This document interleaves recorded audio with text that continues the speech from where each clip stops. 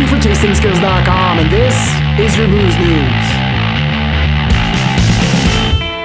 So let's talk a little bit of Russian vodka, and I have a quiz for you. Let's cover 10 different vodkas and see how you do on this test.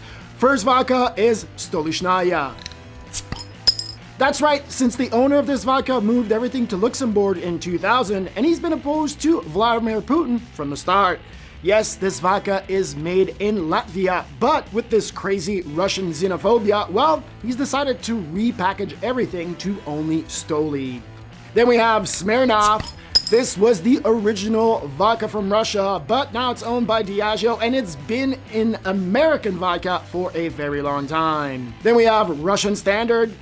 This is still a Russian vodka. Ooh. Then we have Anastasia Vodka. This is again not a Russian vodka, and this is actually made in Bend, Oregon. So you can support it since it's made from this beautiful sweet corn. Yes, please. Then we have the Jewel of Russia.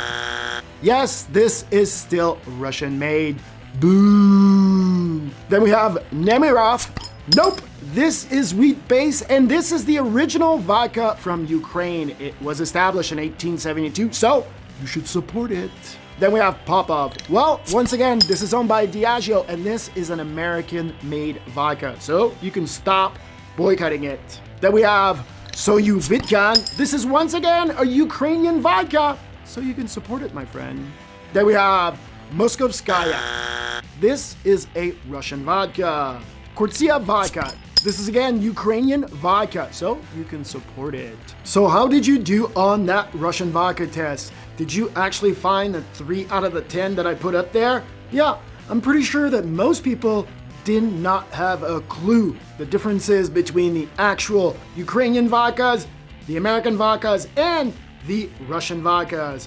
All right, now to some expensive whiskey news. Since the numbers are out for the month of February, so here's just a few of them for starters. The Macallan 72 Lalique Genesis, this sold for $93,000.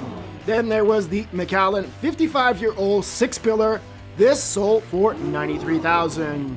On the Japanese side, we had the Kurosawa 1965 60th anniversary. This one was $72,000.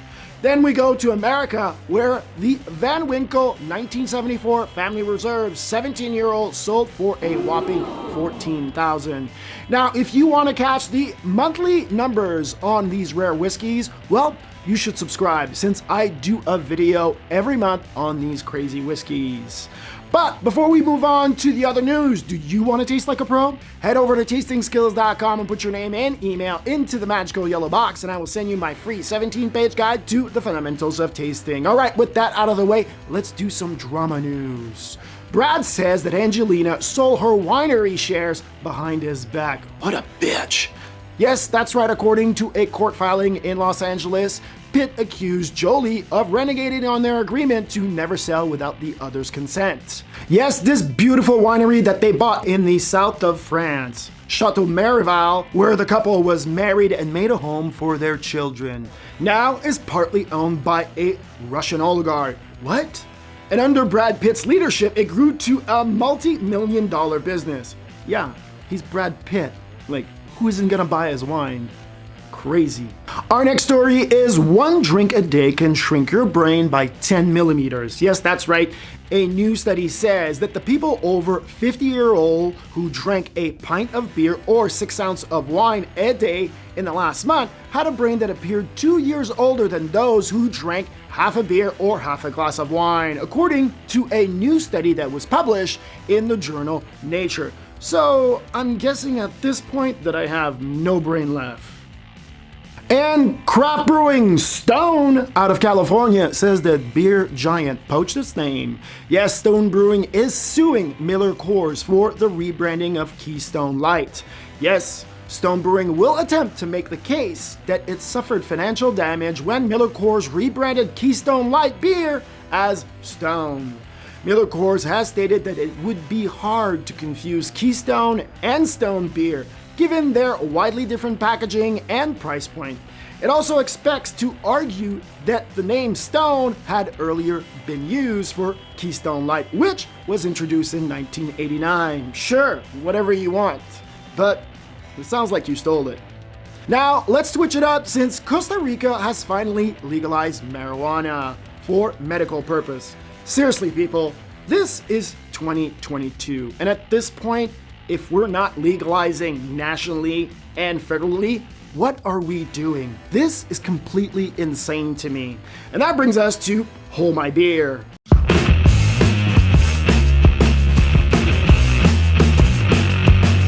Yes, and this week on Hold My Beer, for all the states that are banning Russian vodka, this is for you. You're wasting your time since legislators are focused on passing stupid laws as usual. The number of exported Russian vodka that comes to this country is 1.3%. Enough of the culture war. No one gives a shit about it. And yes, you've banned it in over 10 states. And I'm sure that if these politicians would actually do the test, well, they would fail at it. But I still remember the 2002 xenophobia that we had for freedom fries. But where was those WMDs? Well, they're nowhere, as usual. These are cheap political points, and you're wasting your time. Why don't you actually do something for people like us? Nobody cares about that you banned some stupid vodka. This is completely absurd. And as usual, you're trying to stay relevant just like I am right now covering this subject. All right, that's gonna do it for me. I'm IAMOBG for tastingskills.com. Please share, like, comment below, tell all your friends, and if you wanna catch the next booze news, don't forget to subscribe. I will be here waiting for you. And please remember, my friend, stay sober. Peace.